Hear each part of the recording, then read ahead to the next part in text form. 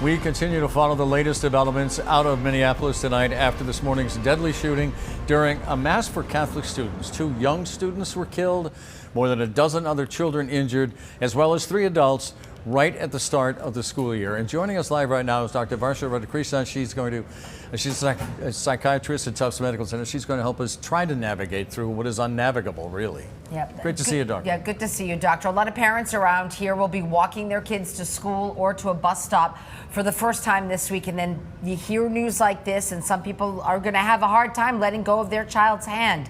What do you want them to know? I mean, naturally, something as horrible and as tragic as this, it makes sense for parents to have that heightened sense of fear, anxiety. But the most important part of all of this is, in the face of tragedy, is knowing that you're not alone, making sure that you talk to your loved ones, take time to even maybe take a social media break, regular media break, and also knowing the reality of the fact that these horrible shootings that do occur, while they make up a very large proportion of what's covered on the news, it may actually be the reality that it's not necessarily as high a likelihood of that occurring. Of course, it doesn't diminish the horrible grief of it all. You know, Doctor, that leads us nicely into this. Is it normal to feel emotions, even though, we're here in Boston, we're not impacted directly by it, but we're all shaken by it? Is that normal to feel that emotion? Absolutely.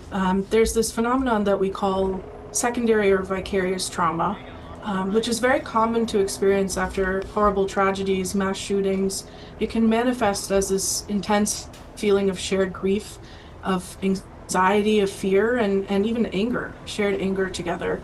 Why did this happen? And I think all of that is part of that human experience. But it is important to, for all of us to lean on each other and process this together. Are there signs that someone should talk with a therapist or a psychologist, Doctor?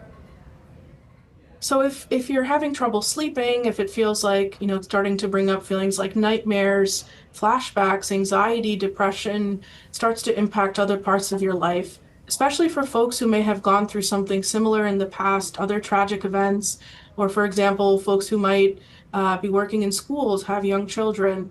In those cases, if you even have a history of PTSD, it's important to seek out professional help. Dr. Radhakrishnan, thank you for your advice. We appreciate it. Thanks, Doctor. Thank you.